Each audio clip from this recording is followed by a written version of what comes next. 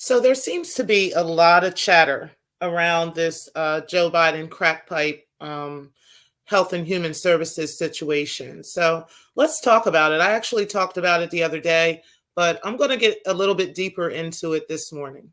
All right, so let's get into it, guys. It's Black Lounge Entertainment, and the time is right with Zipri. So, good morning, Grand Rising Loungers. I hope everybody is doing as great as me today. Shout out to all of you who will be tuning in, those who are tuned in now, and those who will catch the replay. I truly appreciate you guys, okay? Got a couple of things I'll be talking about at the end of the show regarding some members only stuff that's coming up. But right now, I did just want to talk about this Joe Biden crack pipe situation a little bit deeper. I think a lot of people have been talking about this, and I think that's great.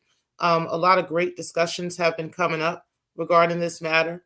But I wanted to go a little bit deeper into this today because I did talk about this the other day on on a show called Crack Pipes and Hotep, where I went a little bit deeper. I didn't go as deep as I'm going to go today regarding this crack pipe situation with Joe Biden. Okay.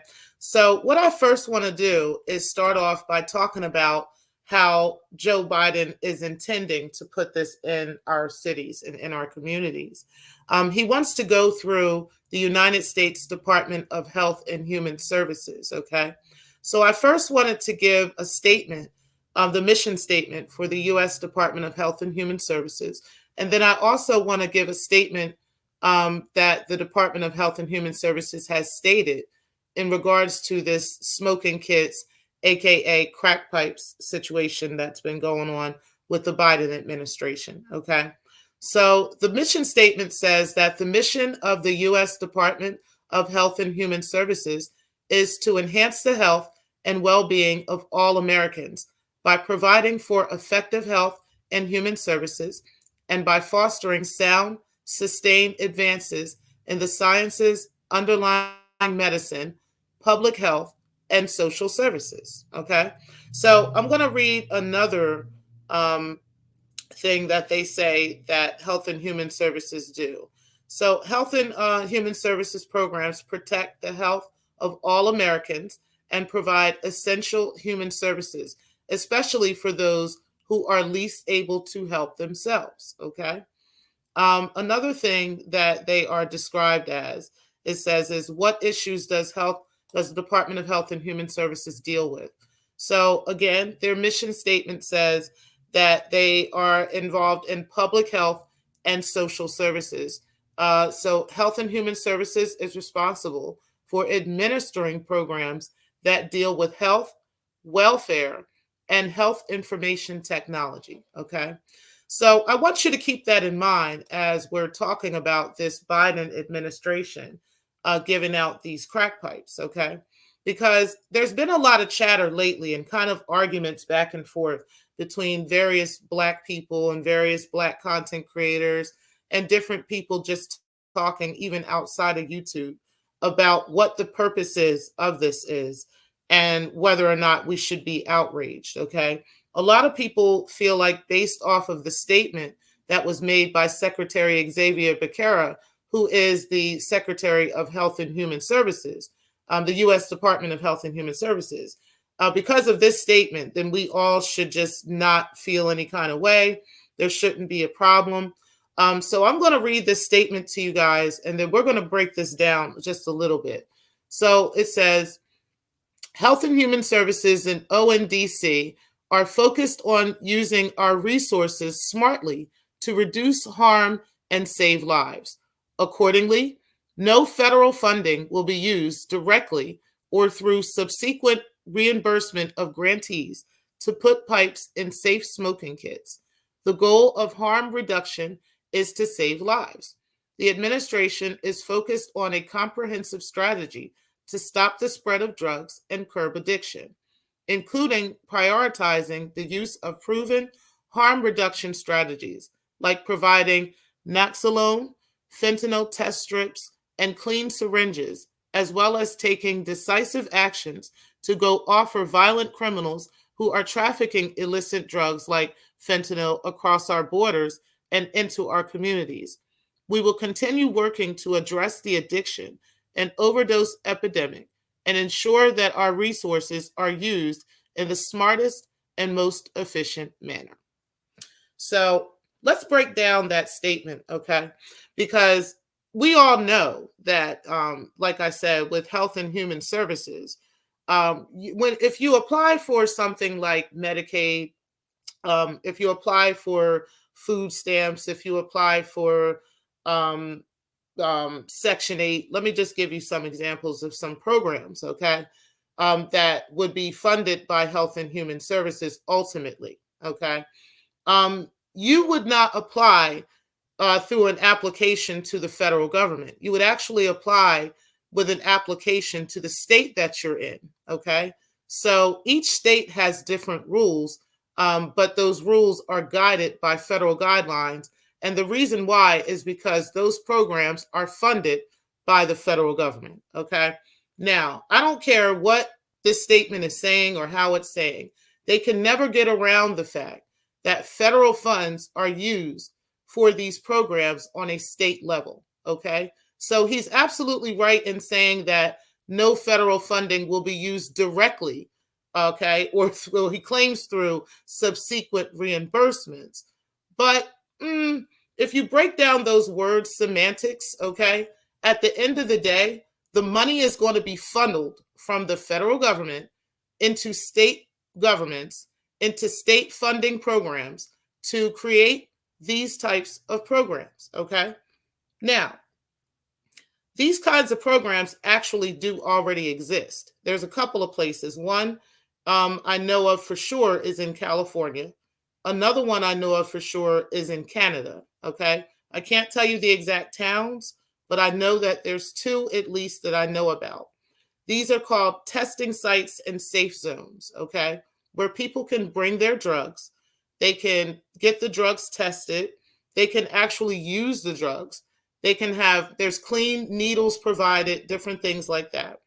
And they go in and then they do their thing and they get to, I guess they're high for a little while and then they leave or whatever.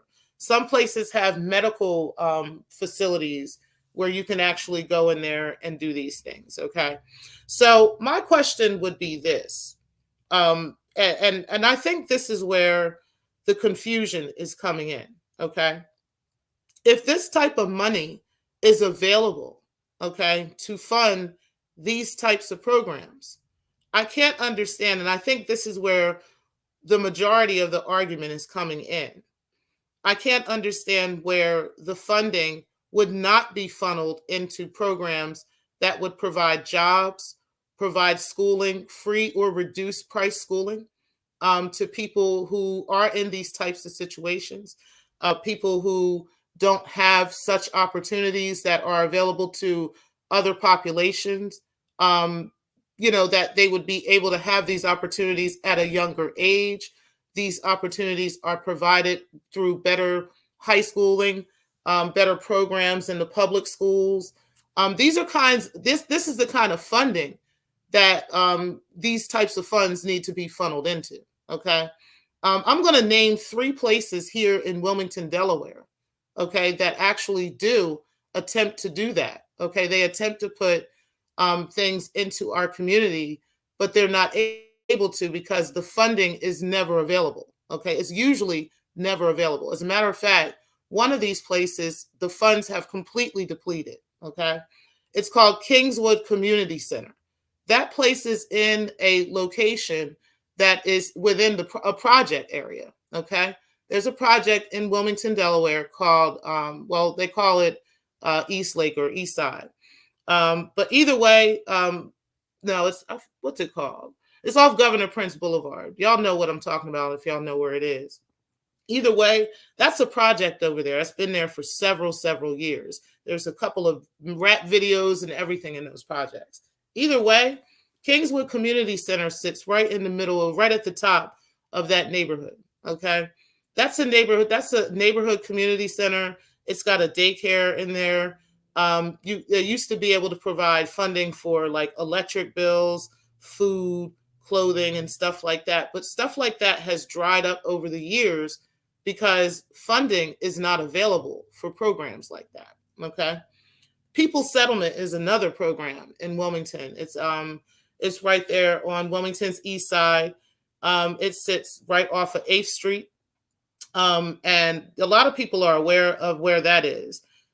So yeah, but People Settlement is also another program that used to provide assistance with like electric bills and stuff like that.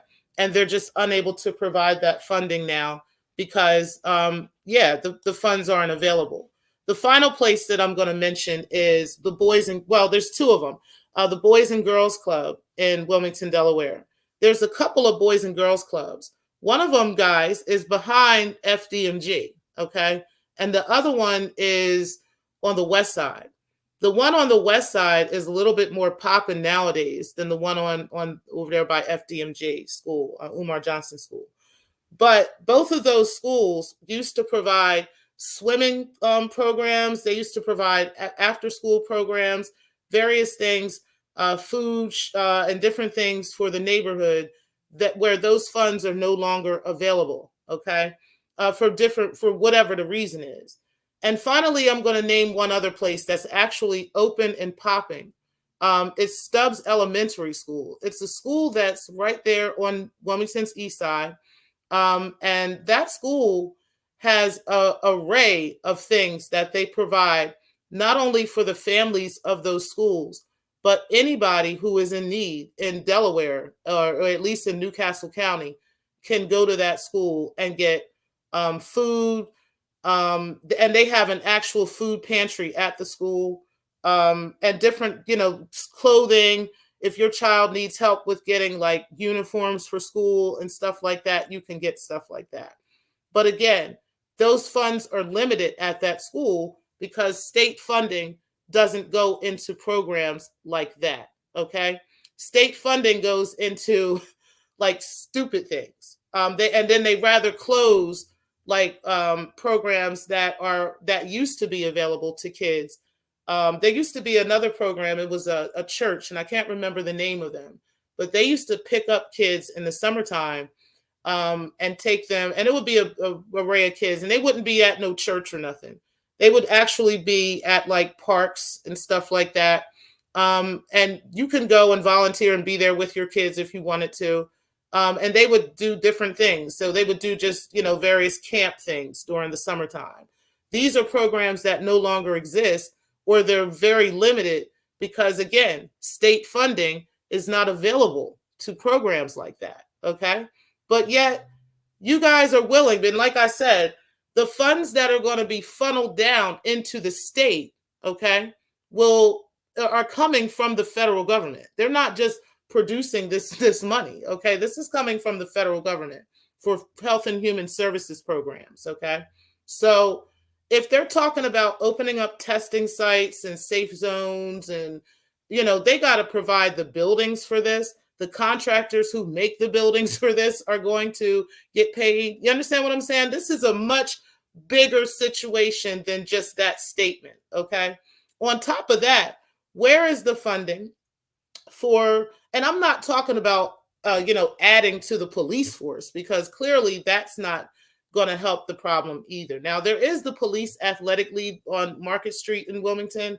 That is another place that provides certain, certain things, but that's funny because that place also is depleted in funds when it comes to helping people with electric bills and stuff like that. I mean, they're literally depleted in these things. Okay. So, but yeah, there are programs available already. These programs to help the neighborhood to get drugs, and drug pushers and drug users off the streets, to provide opportunities for younger people when they're first starting and coming out of high school. They providing them with opportunities, providing them with a different outlook and a different way of life, and putting those funds into those programs. Okay, this is what organizations like my own and other organizations in Delaware, Pennsylvania, and other places we have tried to push for.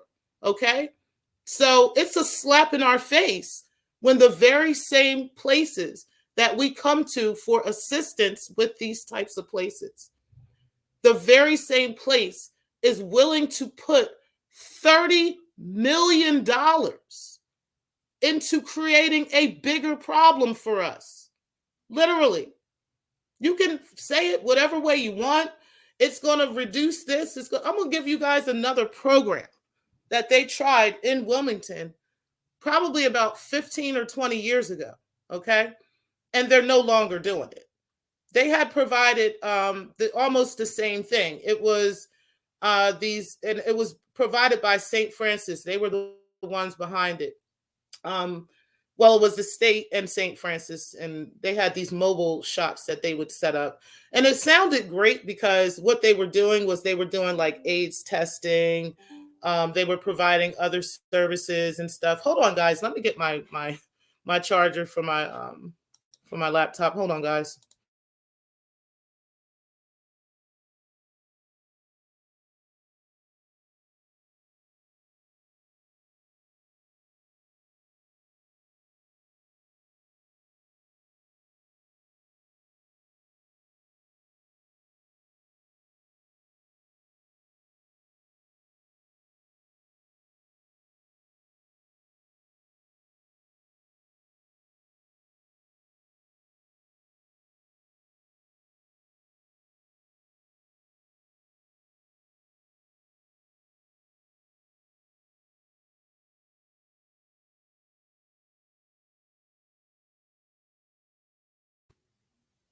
All right, my bad, my bad. I'm sorry about that. I don't know why I keep getting on live with my laptop being all crazy. But anyway, they did try to provide a program several years ago where they were setting up these mobile sites and they were doing like AIDS testing or HIV testing.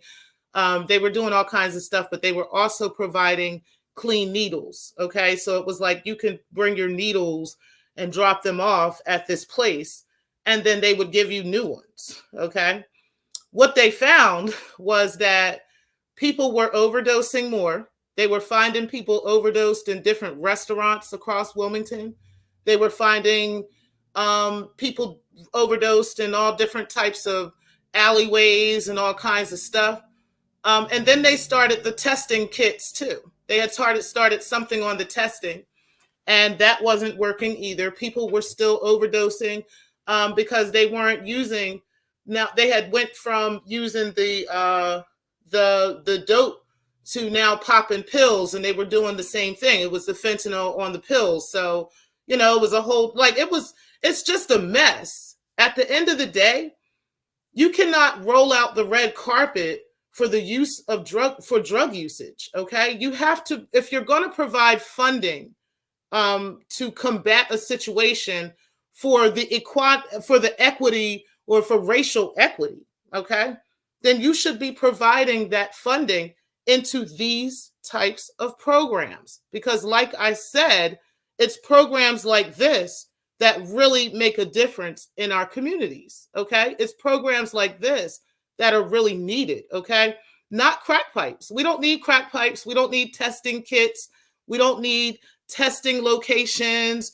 No, because that's not actually combating the offense. It's not combating, they say that they're going to provide these funds for these programs, but where is it? Because the only thing, because they said the same thing 20 years ago when they were talking about giving out needles, okay? But they didn't. All they did was give out the needles. They never provided the funding into these types of programs. And the programs I just mentioned, Kingswood, People Settlement, Boys and Girls Club, Stubbs, that's just 4 places. Wilmington itself is full of human services places. I'm talking about food pantries. You can virtually not go hungry in the city of Wilmington. Okay, there's so many food pantries. There's so many food closets. There's so many places you can go and just have a meal for breakfast, for lunch, and they're going to provide you a meal for dinner. Most of the elementary schools in the city provide meals all day. So and not only that, but throughout the summertime, there's different places in the parks you can go and get a meal. Like, it's almost impossible to go hungry in that city. Okay. And it's not that big of a city. Um, so that's just, like I said, the nameless places, that try to help out. I'm talking about Catholic Charities, the Sunday Breakfast Mission. There's so many of them. It's just ridiculous. Okay. But no state funding is going into this. Catholic Charities, of course, is run by the Catholic Church. So, and their funding is quite depleted also, if you guys know about Catholic Charities. And then there's another, like I said, the Sunday Breakfast Mission. They're pretty much the only ones that I know of in the city that has a state-of-the-art building. They let the people in at a certain time, and it's a homeless shelter. And we happen to go around there a lot and give out food and give out clothing and blankets and stuff like that. But there's a lot of homeless people around that area. And they have some programs in there, but they're limited. Okay. And I can talk a little deeper about that. I mean, these are private owned places. So, when you talk about limited funding to certain places and not taking funds from other places, or taking funds from other places and not so much allocating them properly, I don't know how many programs they're actually using to help combat homelessness other than putting them in the shelter. But a lot of people tend to stay in that situation as opposed to being rehabilitated, which I think but Sunday Breakfast Mission should look a lot more into, but they don't. And of course, that's about money. But yeah, so that's just something I wanted to talk about. I mean, I just wanted to get a little bit deeper into this because, like I said, it seems like we're just kind of arguing back and forth and gaslighting each other for having a problem with this. And this is the reason why I have a problem with it. Okay. But let me go ahead and get into the comments here, because I see there's a lot. Hey, Living Life to the Fullest. TMK, good morning. Pillsbury, good morning. Grand Rising to everybody. Let me look at some of y'all comments. I see there's a lot. Good morning to 11 and Desert Woman.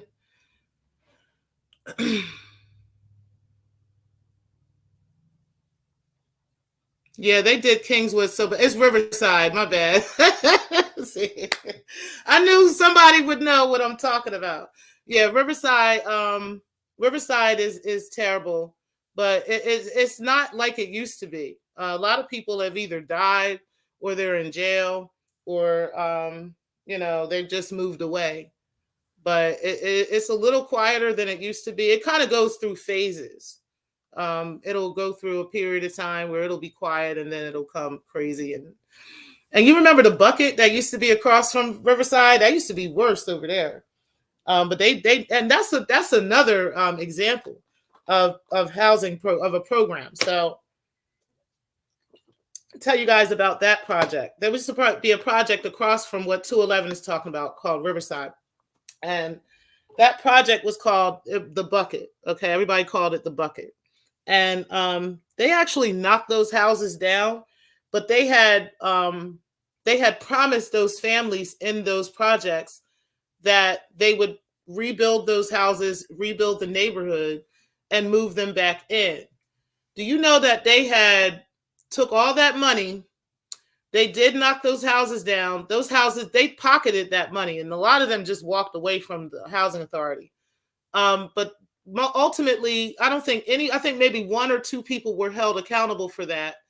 Those houses remained, and that land remained empty for several years. And then finally, some contractor bought it and built the houses up and sold the houses. And now it's basically been gentrified in that area. So yeah, it's crazy what happened there. Living Life, you said the US and UK are stinking rich, but pretend to be broke. They are able to find money when it's for their cause. For example, to fund wars and vaccines. Oh, and Okay, honey, let me give you a standing ovation for that. Because I'm just saying, like, y'all got money for what y'all want to have money for. You understand what I'm saying? They know that. They have money for what they want to have money for. But if they're going to provide funding into our communities, because let's keep it a bean, okay? The majority of health and human services programs affect Black and brown communities. Let's keep it real, okay? They are not doing things for white communities on a grander scale. Now, they do things for the elderly and so forth, but ultimately, programs and opportunities within white communities are much better and much more quality than in Black and brown communities. Let's just stop pretending that that's not the case. Okay, so you're absolutely right. They put funds into what they want to, and if they choose to put this type of funding into our communities, okay, then they could put it into programs such as the ones that I mentioned. But they don't, of course. Oh yeah, they cut funding to Hilltop also. Hilltop is another one. That's another program. There's so many of them. 211, there's so many of those types of programs within the community. You remember that, that church over there on 4th Street, it's near Hilltop. It's like right around the corner, that big church over there. They used to provide a lot of fun. They used to provide a lot of stuff too. It's a Catholic church. They used to provide counseling and food and stuff like that. But I think their funding has gone down too, because like I said, a lot of these churches get funding from the state, and the state gets funding from the government. Hello. Yes, so it's crazy. Hey, S. White, I appreciate you coming in today. You said sounds like a good place living life. Yeah, there's a lot of places like that we have a lot of community programs here in Delaware, and they also work with like social clubs and stuff like that, like mine, that put out stuff in the community. Hey, we on lock. What's up, bro? I appreciate you being here. You said living life. You said I'd suggest writing to Congress or senators for more funding. I'm gonna tell you what. I don't suggest that, because they're working in the matrix too. You understand what I'm saying? Like they know what they're doing, guys. At the end of the day, we're going to have to, do something on our end in regards to helping our communities and fixing the problems in our communities. I honestly don't think we can rely on our government to do that, because look at what our government is trying to give us. You understand what I'm saying? Like, this is what they think we need. This is what they think we are in need of. Okay.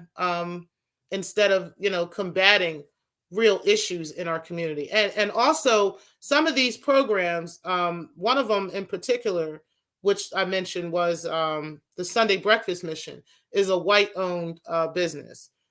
So, again, I'm not trying to say anything about white people or anything, but I want you to look at the full picture of this. A lot of these programs will come into communities as a business. They have no intentions of cleaning up the community, helping combat the problem per se, by providing programs that would assist in getting people off the streets for permanently. Rather, they kind of provide programs to continue the situation. Okay. And that's what I mean by, I don't know if we can really rely on, such programs like that. I think we need to be creating our own programs and putting our own funding into it. Yep, funding is going to the wrong places, Desert Woman. And it's a shame. And like I said, I don't know if we can really trust our government to put funding where it's supposed to be. I don't know if we can trust our U.S. senators, our state senators, our city council. They have proven over and over and over again that they don't give a F about us. You understand? They've proven that over and over again. Even the Black city council members, once they get into the matrix, you think they care? Shit. Picture that. And a lot of y'all don't understand that and why. And I'm not trying to up Umar Johnson. Don't get it twisted. But I can understand what he means when he says, I'm not coming to the state or the government for anything. You understand what I'm saying? Because first of all, they're not going to provide it. So, the way that he would really need it. And if they did, they're going to put all types of, X, Y, and Z's on the line for him to sign the dotted line next to. And it's going to end up becoming like a program like the People's Settlement or Kingswood or the Boys and Girls Clubs. It's going to become like that. I get what he means, that we need to fund our own programs. We need to be creating our own programs. We need to take our own talents as doctors, as nurses, as lawyers, whatever we do, we need to take that and create our own communities and thrive in those communities and watch the world, watch us work. Like, honey, like really. And this, like I said, should be done across the world, because Black people, literally, Black and brown people, and you really want to put, Black and brown people, if you put it together across the world, our economy is the strongest economy in the world. Okay. So if we put all of our talents, all of our energy, all of our money into our communities, what else? I mean, we're a force to be reckoned with, guys. But everybody has to be on the same page. We have to stop being afraid of doing that.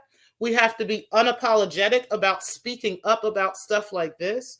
We have to stop gaslighting each other for speaking up about stuff like this. We have to be gatekeepers in our communities. And we have to stop just rolling over and allowing the government to do whatever they want to our people and our communities. And like I said, Health and Human Services, U.S. Department of Health and Human Services, generally speaking, the programs that they dip and dab in are programs that directly affect the Black and brown community. I don't care how you paint it, how you put it, this is what it's affecting, okay? And we as a people, we got to do better than that. We can't allow this kind of stuff to continue in our communities. So I'm going to go ahead and get out of here. I really do appreciate you guys for tuning in today. Shout out to you guys for all of your participation in the chat and the discussion today. It was really great. But I do thank you guys for your time. I'm about at 32 minutes, so I'm going to go ahead and end it here. And I do appreciate you guys. Oh, I was going to talk about the members only thing. So it looks like Thursdays have one for members only. So we're going to go ahead and do Thursday evenings at 8 p.m. members only. We're going to do every other week. So probably even weeks will be ladies' nights and odd weeks will be gentlemen's club. Okay. I am putting a panel together and it'll be a panel that are members, and everybody, we'll discuss different things on different nights and different circumstances and different things. But the one circumstance I'm going to tell you guys about, the first one I think is going to be the gentlemen's club, because I have a specific question I wanted to ask the men. And so it's surrounding something that we've all kind of heard recently in the sector, but it's loosely based on that. It's not that actual person that I want to question you guys about. I just have a question for the men in regards to their stance or their opinion about their relationships with their daughters. What type of relationship do you have? And what do you consider to be appropriate as a relationship with your child, a relationship with your daughter? And that's just a question I have for the men, and even for your future daughters or your sisters or anything like that. Okay. So let's just talk about that. We'll go ahead and do that behind the scenes, and that will be this next Thursday coming up. I really appreciate you guys tuning in, and thank you guys for watching. See you guys later. Peace.